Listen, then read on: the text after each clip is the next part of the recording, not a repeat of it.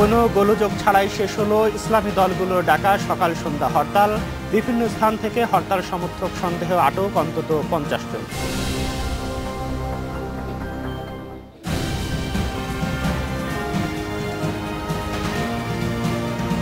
দলীয় সরকারের অধীনে নির্বাচনে যাবে না বিএনপি।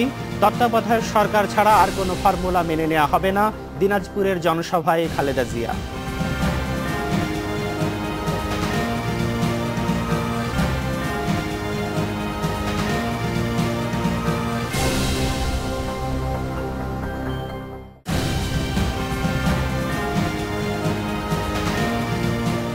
স্বাগত জানাচ্ছি সারাদিনে, আপনাদের সঙ্গে আছে আমি সুজন মেহেদি।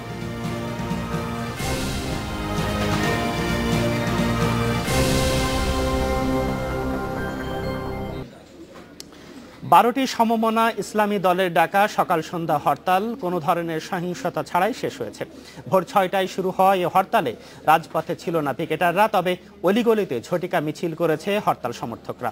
বিভিন্ন স্থান থেকে অর্ধশতাধিক হরতাল সমর্থককে আটক করেছে পুলিশ। হরতালের সমর্থনে ভোরে রাজধানীর কারওয়ান বাজারে বিক্ষোভ মিছিল করে সমমনা ইসলামী দলগুলো। র্যাব আসায় মিছিলটি ছত্রভঙ্গ হয়ে যায়। এর কিছুক্ষণ পরই বাবুবাজার ব্রিজ এলাকা থেকে আরো একটি মিছিল বের করে হরতাল সমর্থনকারীরা।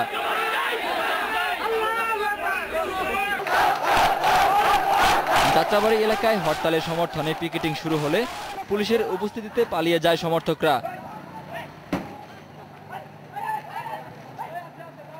সকাল 10টার দিকে মিরপুরের কাজীপাড়ায় হরতালের সমর্থনে ঝটিকা মিছিল বের করলে 5 জনকে আটক করে পুলিশ।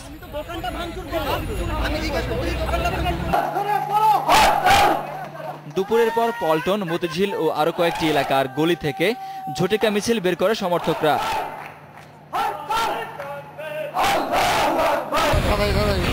এদিকে চট্টগ্রামে হরতাল সমর্থনকারীরা কর্ণফুলী সেতু এলাকায় কক্সবাজারগামী 3টি যাত্রীবাহী বাস ভাঙচুর করে। নগরীর অলঙ্কার মোড়ে একটি পুলিশের গাড়িতে এবং বাদামতলীতে একটি বিআরটিসির বাসে আগুন ধরিয়ে দেয়। এ সময় 3 জনকে আটক করে পুলিশ। দেশের অন্যান্য শহরে হরতালের সমর্থনে মিছিল হলেও কোথাও কোনো ধরনের সহিংসতার খবর পাওয়া যায়নি। দিন শেষে লালবাগে সংবাদ সম্মেলন করে হরতাল সফল বলে দাবি করেন ইসলামী ঐক্যজোটের চেয়ারম্যান মুফতি ফজলুল হক আমিনী। নিজ নিজ এলাকায় যেভাবে পারেন আপনারা প্রতিবাদ করেন, জেলাভিত্তিক হরতাল ডাকেন, বিভাগভিত্তিক হরতাল ডাকেন, বা গ্রামগঞ্জে যেখানে যেভাবে শহর ভিত্তিক হরতাল ডেকে মিছিল করে প্রতিবাদ করে, এর প্রতিবাদ আমরা জানাইতে থাকি। এদিকে আজকের হরতাল একটি বিশেষ রাজনৈতিক দলের অনুসারীরা ডেকেছে বলে মন্তব্য করেছেন স্বরাষ্ট্রমন্ত্রী মহিউদ্দিন খান আলমগীর। এই কারণে দেওয়া হয়েছে যে যারা এই হরতাল করেছেন তারা নিঃসন্দেহে একটি রাজনৈতিক দলের অনুসারী, এবং সেই রাজনৈতিক দলের অনুসারী হিসাবে তারা ধর্মকে ব্যবহার করে মানুষের জীবনে যে ভোগান্তি এনেছেন তার জন্য তাদের জবাবদিহি করতে হবে। হরতালের শেষে নতুন করে কোনো কর্মসূচি ঘোষণা করেনি 12 দলের নেতারা। Shakil Hasan, independent news. যুক্তরাষ্ট্রে বিতর্কিত চলচ্চিত্রের বিরুদ্ধে বাংলাদেশে হরতাল করা উদ্দেশ্যমূলক বলে মন্তব্য করেছেন আওয়ামী লীগের যুগ্ম সাধারণ সম্পাদক মাহবুবুল আলম হানিফ। বিকেলে রাজধানীতে তিনি বলেন, বিএনপি জামাত দেশে অস্থিতিশীলতা করতে ইসলামী দলগুলোর নামে নৈরাজ্য করছে। হানিফ বলেন, বিরোধী দলীয় নেতা উস্কানিমূলক বক্তব্য দিয়ে হরতালের নামে সন্ত্রাসী কর্মকাণ্ডে উৎসাহ দিচ্ছেন। এর মাধ্যমে মানবতা বিরোধী অপরাধীদের বিচার বানচাল ও সরকারকে বিব্রত করার চেষ্টা ব্যর্থ হতে চলেছে বলেও মন্তব্য করেন এই আওয়ামী লীগ নেতা। এই ইসলামী দলগুলোর ব্যানারে জামাত ইসলামী এবং বিএনপি তারা এইটাকে একটা ইস্যু বানিয়ে দেশে একটা অরাজকের সৃষ্টির চেষ্টা করেছে। আর অন্য কোনো দলগুলোর এটা নিয়ে রাজপথে নামার কোনো যৌক্তিকতা আছে বলে আমরা মনে করি। এই ধরনের কর্মসূচি দিয়ে এই যুদ্ধাপরাধীদের বিচার কাজ বন্ধ করা এবং দেশের রাজনৈতিক পরিবেশ অস্থিতিশীল করে সরকারকে বিব্রত করা ছাড়া আর কোনো এর উদ্দেশ্য নেই। এ বিষয়ে আলোচনার জন্য আজ আমাদের সাথে আছেন ঢাকা বিশ্ববিদ্যালয়ের সাবেক উপাচার্য এবং রাষ্ট্রবিজ্ঞান বিভাগের অধ্যাপক ডক্টর হারুন রশিদ। আমরা এখন তার সাথে আলোচনায় চলে যাচ্ছি। তো স্যার, আপনাকে আমাদের এখানে স্বাগত জানাচ্ছি আমাদের সাথে যোগ দেওয়ার জন্য। তো আজকে ইসলামী দলগুলোর 12টি ইসলামী দলগুলোর ডাকে পালিত হলো সকাল সন্ধ্যা হরতাল, কেমন দেখলেন স্যার আপনি? মানে বড় ধরনের কোনো গোলযোগের কথা আমরা শুনিনি। না, আপনি ঠিকই বলেছেন যে খুব বড় ধরনের গোলযোগ সারা দেশে কোথাও হয় নাই, সেই অর্থে শান্তিপূর্ণভাবেই হয়েছে। যদিও কিছু গাড়ি ভাঙচুর হয়েছে, কোথাও কোথাও চট্টগ্রামে হয়েছে, দেশের অন্যত্র হয়েছে। প্রথমে যেটা হলো যে হরতাল, আমাদের দেশে বর্তমান সময়ে কোনোভাবেই কোনো ইস্যুতেই হরতালের মতো কর্মসূচি কিন্তু কাম্য না। কিন্তু এরপরও যে বাস্তব হলো যে এরপরও হরতাল আহ্বান করা হয়েছে, হরতাল হয়েছে। তো যে ইস্যুতে যে ঘটনাকে কেন্দ্র করে হরতাল হলো, আমরা সকলেই জানি যে মার্কিন যুক্তরাষ্ট্রে একটি চলচ্চিত্র সেখানে নির্মাণ করা হয়েছে, যেখানে আমাদের প্রফেট হযরত মুহাম্মদ সাল্লাল্লাহু আলাইহি ওয়াসাল্লাম তাকে কটাক্ষ করে। আবার অন্যদিকে ফ্রান্সে সেখানেও একটি কার্টুন সেটা করা হয়েছে। এই যে ঘটনাগুলো, এখন এগুলোর বিরুদ্ধে সারা বিশ্বের যারা বিবেকমান মানুষ, শুধু যে ইসলাম ধর্মের অনুসারী তারা নয়, বিবেকবান যারা মানুষ, শান্তিকামী যারা মানুষ, তারা কিন্তু এর বিরুদ্ধে সকলেই কিন্তু প্রতিবাদে সোচ্চার। কাজেই হরতাল যে কর্মসূচি, আমি তো দেখি না যে বাংলাদেশে এটার পক্ষে কেউ আছে, এই যে চলচ্চিত্র যেটা হয়েছে। কাজেই সেক্ষেত্রে হরতালের আবশ্যকতা ছিল কিনা, কেননা আমাদের বর্তমান সরকারের মাননীয় প্রধানমন্ত্রী তিনি যেমন এটা কন্ডেম করেছেন জাতীয় সংসদে, এবং এই চলচ্চিত্র প্রদর্শনী বন্ধ করার জন্য মার্কিন যুক্তরাষ্ট্রের প্রশাসনের কাছে আবেদন করেছেন। বিরোধী দলের নেত্রী তিনিও কিন্তু এটাকে সমালোচনা করেছেন, নিন্দা জানিয়েছেন। দলমত নির্বিশেষে এখানে কিন্তু ভিন্ন মত কারো নাই। এখন পয়েন্ট হলো যে কি উদ্দেশ্য ডাকা হলো, তাহলে যেটা হলো এখানে দুটো দিক কিন্তু আছে। আমি যদি এভাবে বিশ্লেষণ করি রাষ্ট্রবিজ্ঞানের একজন শিক্ষক, ছাত্র, গবেষক হিসেবে, এর দুটো দিক কিন্তু আছে। একটি হলো রাজনৈতিক দিক, আর একটা হলো মানুষের যে ধর্মীয় অনুভূতি, বিশ্বাস, তার দিক। এবং একটা ঘটনার নানা বহুমাত্রিক তার যে ডাইমেনশনগুলি থাকতে পারে, এবং এক্ষেত্রেও আছে বলে সেটা মনে হয়। অর্থাৎ এই ঘটনাকে কেন্দ্র করে যে সংশ্লিষ্ট যে রাজনৈতিক দলগুলো বা মহল যারা রয়েছে, তারা রাজনৈতিক তাদের যে দলীয় যে উদ্দেশ্য সেটাও কিন্তু চরিতার্থ করা, এটা তাদের একটা লক্ষ্য উদ্দেশ্য হতে পারে এই হরতাল কর্মসূচির মধ্যে দিয়ে। কেন আমরা দেখলাম যে যারা হরতাল আহ্বান করেছেন 12টি ইসলামী সংগঠন, তাদের সেই হরতালে কিন্তু জামাতে ইসলামী তারাও কিন্তু সমর্থন ব্যক্ত করেছে। আর অন্যদিকে কাজী তাদের একটা যদি রাজনৈতিক লক্ষ্য উদ্দেশ্য থাকে, যেটা আমি দেখলাম যে মাহবুব আলম হানিফ, বর্তমান আওয়ামী লীগের যুগ্ম সাধারণ সম্পাদক, তিনি যেমন বলেছেন যে রাজনৈতিক উদ্দেশ্যে এটা করা হয়েছে। ইভেন স্বরাষ্ট্রমন্ত্রী তিনিও বলেছেন। আমি যেটা মনে করি যে এটার দুটো দিক, একটা রাজনৈতিক, এটা রাজনৈতিক বিবর্জিত কোনো ঘটনা না, কাজে এর মধ্যে রাজনীতি তো আছে, নিঃসন্দেহে আছে, এবং সব যে রাজনীতি বিযুক্ত এটা ভাবার কোনো কারণ নাই। এখন সেখানে কোনো কোনো সহ দল এবং যারা এটা সমর্থন করেছেন, তারা যেমন জামাতে ইসলামী তারা কিন্তু করেছেন, তারা তো একটা রাজনৈতিক চর্চা করেন। কাজে রাজনৈতিক উদ্দেশ্য বা এজেন্ডাকে যদি এখানে যুক্ত করে থাকে, তো এটা মানে আশ্চর্যজনিত হওয়ার কিছু নেই, এটা হতেই পারে, এবং তারা সেটা করে থাকতে পারে। যারা বলেছেন যে যুদ্ধ অপরাধীদের বিচার হচ্ছে, তাদের নেতারা গ্রেপ্তার হচ্ছেন, কাজেই রাজনৈতিক মাঠকে উত্তপ্ত করা এবং একটা ইস্যুকে কেন্দ্র করে আর একটা পরবর্তী ইস্যু যদি সৃষ্টি করা যায়, এভাবে দৃষ্টিভঙ্গি থাকলেও তাদের থাকতে পারে। আর একটা যারা আছে বাই অ্যান্ড লার্জ যে যে তাদের ধর্মীয় বিশ্বাস, ধর্মীয় অনুভূতি সেটাকে আঘাত লেগেছে, তারা আহত হয়েছে, যে কারণে তারা প্রতিবাদ করেছেন। তো আমি যে কথা দিয়ে শুরু করেছিলাম যে বাংলাদেশের আপামর মানুষ ধর্ম বর্ণ নির্বিশেষে, আমি আগেই বলেছি শুধু বাংলাদেশ কেন সারা বিশ্বের যারা মানে যেটাকে বলি আমরা যে শান্তির পক্ষে এবং মানবতার পক্ষে, সম্প্রীতির পক্ষে, যে কল্যাণের পক্ষে, সেই সব মানুষ তারা কিন্তু এই ধরনের কর্মকাণ্ড, যেটা একটা হঠকারী কর্মকাণ্ড, এটি জঘন্য কর্মকাণ্ড, এবং দিস ইজ টোটালি আনকল ফর। কেননা এই ধরনের একটা মানুষের ধর্মীয় অনুভূতি, ধর্মীয় বিশ্বাস যুগ যুগ ধরে এটা গড়ে উঠে, এবং সেটাকে তো আহত করার কোনো মানে হয় না। যে যার ধর্ম বিশ্বাস দিয়ে সেখানে থাকবে, কিন্তু আপনি deliberately out of the way এবং এটা এভাবে করবেন কেন? কাজে আমার মনে হয় যারাই করেছেন এই যে চলচ্চিত্র বা কার্টুন, তারা কোনো হীন উদ্দেশ্যে এটা করে থাকতে পারেন। এবং মার্কিন যুক্তরাষ্ট্রের প্রেসিডেন্সিয়াল ইলেকশন হচ্ছে, আমরা সেখানে জানি, একদিকে বারাক ওবামা, অন্যদিকে মিট রমনি আছেন। তো সেখানে কোনো একটা লবি এই ধরনের চলচ্চিত্র করে টোটাল সেখানেও একটা অবস্থা সেখানেও ক্রিয়েট এক ধরনের করতে পারে সুযোগ নিতে পারে। করতে পারে। স্যার, আমরা আপনার কাছে আসবো, আমরা একটু আমাদের ঢাকার বাইরে আমরা একটু ঢাকার বাইরের পরিস্থিতি জেনে আসবো। আমরা এখন কথা বলবো আমাদের চট্টগ্রাম প্রতিনিধি শিরিন আক্তার, আমাদের সাথে আছেন আরো খুলনা প্রতিনিধি সোহেল মাহমুদ এবং রাজশাহী প্রতিনিধি আহসান হাবিব বাপু। আপনাদের তিনজনের কাছে আমার যে জিনিসটি জানতে চাই যে ঢাকার বাইরে হরতাল কেমন হয়েছে। প্রথমে একটু চট্টগ্রাম থেকে শিরিন আক্তার, আপনি যদি জানান।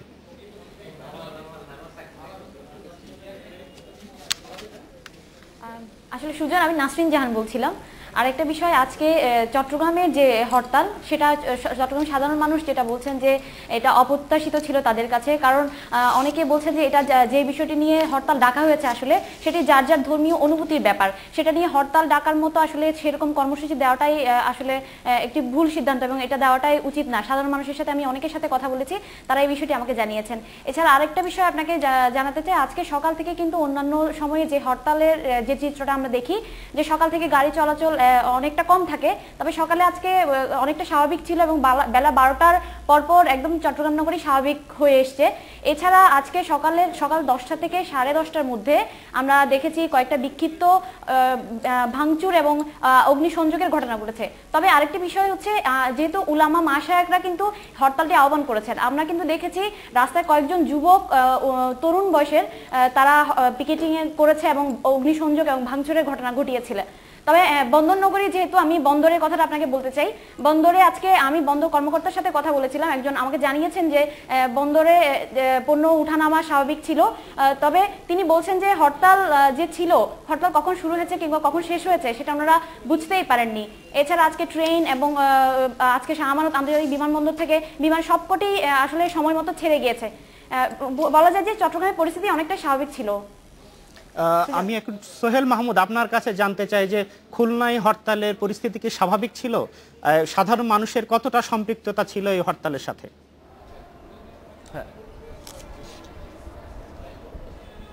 ধন্যবাদ সুজন। খুলনাতে আমরা খুব ভোর থেকেই মানে নামাজের পরপরই কিছু মিছিল এবং পিকেটিংয়ের কর্মসূচির কথা শুনেছিলাম এবং যে কারণে আমরা নামাজের পর থেকেই কিন্তু মাঠে ছিলাম।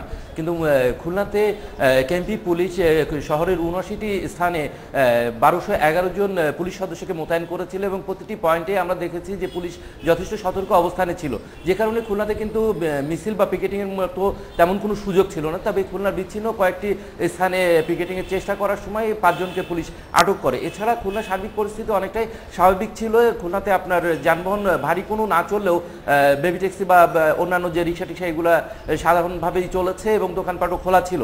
তবে মূল যে বিষয়টা যে খুলনা থেকে দূরপাল্লার কোনো গাড়ি ছেড়ে যায়নি। সুজন, সাধারণ মানুষের সম্পৃক্ততা কেমন ছিল? মানুষ এই হরতালকে কিভাবে নিয়েছে?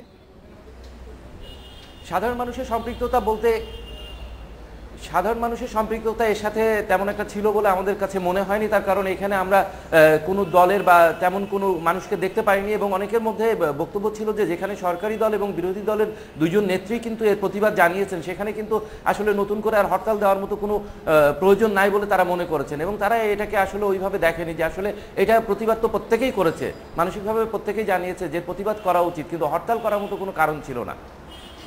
আহসান হাবিব বাপু, রাজশাহীর পরিস্থিতি কেমন ছিল যদি জানান আমাদের। আজ সকাল থেকে আসলে সন্ধ্যা পর্যন্ত একেবারে সাদামাটা একটা দিন কেটেছে বলতে হয়। মানে শান্তিপূর্ণ এবং ঢিলে ঢালা হরতাল গেছে রাজশাহীতে। আমরা এর আগের হরতালগুলোতে যেটা দেখছিলাম সকাল হলেই একটা উত্তেজনা ভাব থাকে, এর আগে আমরা দেখেছি বিরোধী দলের ডাকা হরতালে। আজ সকালেও পুলিশের উপস্থিতি দেখে অনেকেই মনে করেছিল যে হয়তো কোনো অশান্তি বা কোনো অপ্রীতিকর ঘটনা ঘটতে পারে, কারণ নগরীর প্রতিটি পয়েন্টে গুরুত্বপূর্ণ পয়েন্টগুলোতে অতিরিক্ত পুলিশ মোতায়েন ছিল। কিন্তু আমরা দেখেছি দেখে অনেকেই মনে করেছিল যে হয়তো কোনো অশান্তি বা কোনো অপ্রীতিকর ঘটনা ঘটতে পারে, কারণ নগরীর প্রতিটি পয়েন্টে গুরুত্বপূর্ণ পয়েন্টগুলোতে অতিরিক্ত পুলিশ মোতায়েন ছিল। কিন্তু আমরা দেখেছি যে বেলা বাড়ার পর কোথাও শুনেছি যে কখনো মিছিল বের করতে পারে, কিন্তু এই সন্ধ্যা পর্যন্ত কোথাও কোনো মিছিল হয়নি, কোনো পিকেটিং হয়নি। এবং আজকে যারা কারা হরতাল করছে রাজশাহীতে, কারা হরতালের সমর্থক, এটা সাধারণ মানুষ জানতেই পারেনি যে হরতালটা কারা চাচ্ছে। আমরা জেনেছি যে জামাত এই হরতালের সমর্থন দিয়েছিল, কিন্তু রাজশাহীতে তাদেরও কোনো কর্মসূচি দেখিনি আমরা।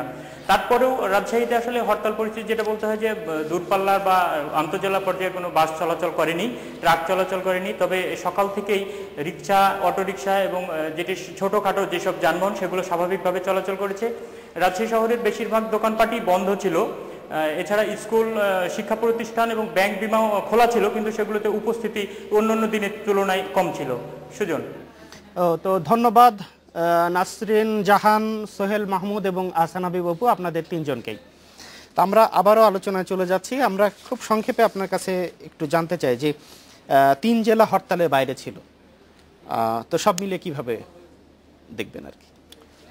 না, যে 3 জেলা হরতালের বাইরে ছিল সেখানে বিরোধী দলের নেত্রী তিনি তার যে দিনাজপুরে জনসভা এবং সেই জনসভা উপলক্ষে 12টি ইসলামী দল এবং পীর মাশেখ তাদের যে সংগঠন তারা ওই 3 জেলাকে হরতালের আওতামুক্ত রেখেছেন। তো এতে বোঝাই যাচ্ছে যে এক ধরনের সমঝোতা বা আন্ডারস্ট্যান্ডিং। অর্থাৎ আমরা আপনার সাথে এই বিষয়ে আবার আলোচনা করব। দলীয় সরকারের অধীনে বিএনপি নির্বাচনে যাবে না বলে আবারও ঘোষণা দিয়েছেন দলের চেয়ারপারসন বেগম খালেদা জিয়া। তিনি বলেন, নেতাকর্মীদের নামে যতই মামলা দেয়া হোক বিএনপিকে আন্দোলন থেকে দমিয়ে রাখা যাবে না। বিকেলে দিনাজপুরের গোরে শহীদ ময়দানে 18 দলীয় জোটের জনসভায় তিনি এসব কথা বলেন। মহাজোট সরকারের প্রধানমন্ত্রী থেকে শুরু করে সবাই দুর্নীতিবাজ বলেও অভিযোগ করেন বিরোধী দলীয় নেতা। তিনি বলেন, পদ্মা সেতু নিয়ে বিশ্বব্যাংক সরকারকে তাদের শর্ত মানতে বাধ্য করেছে। বিএনপি চেয়ারপারসন বলেন, কুইক রেন্টালের নামে সরকারি দলের লোকেরা 40,000 কোটি টাকা বানিয়েছে, কিন্তু এরপরও সরকার বিদ্যুৎ দিতে পারছে না। মহাজোট সরকারের সময়ে একাধিকবার বিদ্যুতের দাম বাড়ানোরও সমালোচনা করেন বেগম জিয়া। তাদের কাছে পরিষ্কার আমাদের বলা যে আওয়ামী লীগের অধীনে কোনো সুষ্ঠু নিরপেক্ষ নির্বাচন হবে না এবং নির্দলীয় নিরপেক্ষ সরকারের অধীনে নির্বাচন দিতে হবে। আজকে এই দাবি বিএনপি বা 18 দলের নয়, এই দাবি এখন জনগণের দাবিতে পরিণত হয়েছে। জনগণ চায় নির্দলীয় নিরপেক্ষ সরকারের অধীনে নির্বাচন হবে। আমাদের সাথে আছেন ঢাকা বিশ্ববিদ্যালয়ের রাষ্ট্রবিজ্ঞান বিভাগের অধ্যাপক ডক্টর হারুনুর রশিদ। স্যার, আবারও আসি যে বিএনপির চেয়ারপারসন বেগম খালেদা জিয়া যেটা বললেন যে তত্ত্বাবধায়ক সরকার ছাড়া নির্বাচনে যাবে না, ওদিকে আবার প্রধানমন্ত্রীও বলেছেন যে বর্তমান সংবিধানে যেটা আছে যে সংসদ বহাল রেখে নির্বাচন, সেটা থেকে তারা সরে আসলেন। আসলে এই পরিস্থিতিতে নির্বাচনটা কিভাবে হতে পারে? না, সংসদ বহাল রেখে এটা কিন্তু বলেন নাই। সর্বশেষ তিনি বলেছেন যে সংসদ বাতিল হবে। তো আসলে রাজনৈতিক অঙ্গনে বিরোধী দল এবং সরকারি দলের মধ্যে পরবর্তী নির্বাচন কিভাবে হবে, কোন ব্যবস্থা দিনে, এটা নিয়ে একটা বড় ধরনের দূরত্ব আছে বা গ্যাপ। তো এবং এটাকে কেন্দ্র করে আমাদের দেশের রাজনীতির ক্ষেত্রে একটা সংকটজনক পরিস্থিতিরও উদ্ভব হতে পারে এবং জাতীয় নির্বাচন যত ঘনিয়ে আসবে তত কিন্তু এই ইস্যুটা একটা প্রধান ইস্যু হিসেবে জাতীয় পর্যায়ে দাঁড়াবে, সন্দেহ নেই। তো আমি যেটা দেখি যে প্রধান বিরোধী দল বিএনপি যেটা বলেছেন এবং বিএনপির নেত্রী যেটা বলেছেন আজকে দিনাজপুরে জনসভায়, যে তত্ত্বাবধায়ক সরকার ছাড়া দলীয় সরকার অধীনে তারা নির্বাচনে যাবেন না, এটা হলো বিরোধী দলের পক্ষ থেকে দাবি। এবং মাননীয় প্রধানমন্ত্রী তিনি বলেছেন যে রাষ্ট্রপতির হাতে তখন দায়িত্ব থাকবেন, তিনি একটা সরকার গঠন করবেন এবং সেই অন্তর্বর্তীকালীন সরকারের অধীনে নির্বাচন হবেন। তিনি আওয়ামী লীগ সরকার কিন্তু এভাবে বলেন না যে আওয়ামী লীগ সরকার অধীনে। তো আমার মনে হয় এখন একটা স্পেস আছে, কিন্তু স্পেসটা হলো এই যে বর্তমান সংসদ ডিজলভ হওয়ার আগে যদি বিরোধী দল এবং সরকারি দল এরা একটা সমঝোতায় পৌঁছেন, তাহলে আমার ধারণা যে এর মধ্যেও একটা ফর্মুলা এভলভ করা সম্ভব, যে ফর্মুলা অনুযায়ী একটা অন্তর্বর্তীকালীন সরকার হবে, যেটা তত্ত্বাবধায়ক সরকার না হয়ে অন্তর্বর্তীকালীন সরকার হতে পারে বা অন্য কোনো নাম হতে পারে, যেটা বিরোধী দল নেত্রীও কিন্তু বলছেন যে তত্ত্বাবধায়ক সরকার নাম হতে হবে, নট দ্যাট। তাহলে একটা অন্তর্বর্তীকালীন একটা ইন্টারিম অ্যারেঞ্জমেন্ট যেখানে বিরোধী দল সরকারি দল নির্বিশেষে থাকলেন এবং সেখানে আমি যদি বলি এমন হয় যে আমাদের যেমন স্পিকার আছেন, জাতীয় সংসদের স্পিকার, এবং তার প্রতি কিন্তু বিরোধী দল সরকারি দল সবার একটা সাধারণ রেসপেক্ট আছে, কাজে স্পিকারকে প্রধান করে একটা সরকার কিন্তু হয়ে যেতে পারে এবং সেই সরকারের অধীনে কিন্তু বিরোধী দল নির্বাচন আসতে পারে। প্রিসাইজলি যদি বলি এভাবে যে প্রধান বিরোধী দলকে বাহিরে রেখে নির্বাচন, আমার মনে হয় না যে সরকারি দল সেটা করবে এবং করলে সেই নির্বাচন তার ক্রেডিবল হবে না।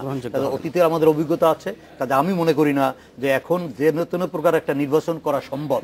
এই যে কারণে পদ্মা সেতু ফাইনালি কিন্তু ওয়ার্ল্ড ব্যাংকের কাছে আশা করি যে সঠিক সময়ে দুই দলের অংশগ্রহণে আমার মনে হয় যে একটা সমঝোতার মাধ্যমে এটা হবে বলে আশা করি। তো এই ছিল আমাদের আজকের সারাদিনে, আবারও দেখা হবে আগামীকাল এক সময়।